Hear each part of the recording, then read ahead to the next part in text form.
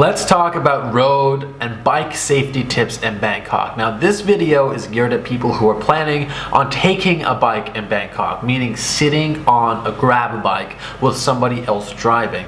I do not recommend that you attempt to drive in Bangkok if you are visiting. Your international driver's license and your local driver's license will not work for this. It will be illegal for you to drive. Do not attempt to drive in Bangkok. It is also very dangerous.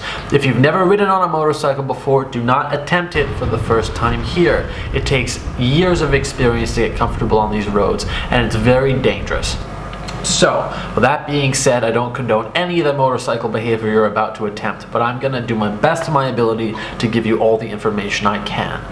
If this video is helpful, please do subscribe because it helps me out. So, when you're gonna be ordering a Grab, using the Grab app, or trying to find a motorcycle, what you want to do is first inspect the helmet. When your driver arrives, inspect the helmet. I've gotten on motorcycles before where the helmet was broken. Either the strap came off or I was tightening it while I was riding and it flew off. This is extremely dangerous. You don't want to panic on the highway like that, and if you hit your head, you're going to go brain dead. So that is the easiest way I can tell you.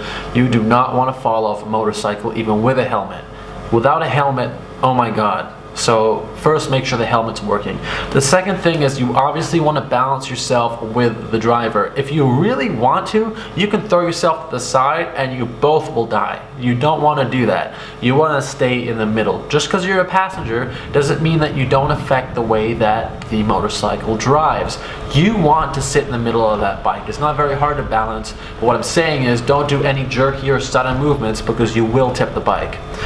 The third thing is check and make sure everything is all right. When you're ordering a Grab bike, make sure that the driver description and face matches the person picking you up. The last thing you want to do is jump on a random motorcycle and find out someone is taking you in the middle of nowhere. That's scary, and that could happen if you're not paying attention.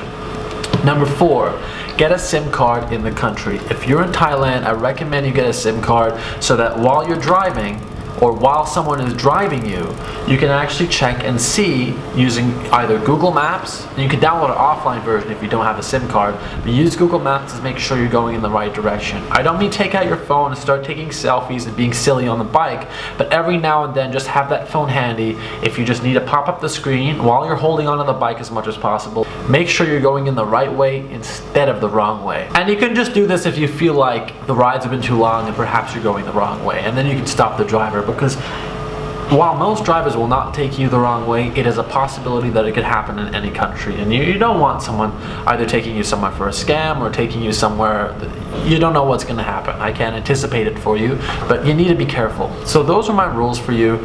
Overall, I don't recommend you ride a bike here, but if someone can pick you up and you're in a hurry, then you might want to get a Grab bike. It is dangerous. There is some risk to doing that. I would prefer taking a taxi most of the time. This is one of the most accident-prone cities in the world for motorcycle accidents, so I'd be very careful with doing this. Anyway, thank you for watching, and take care.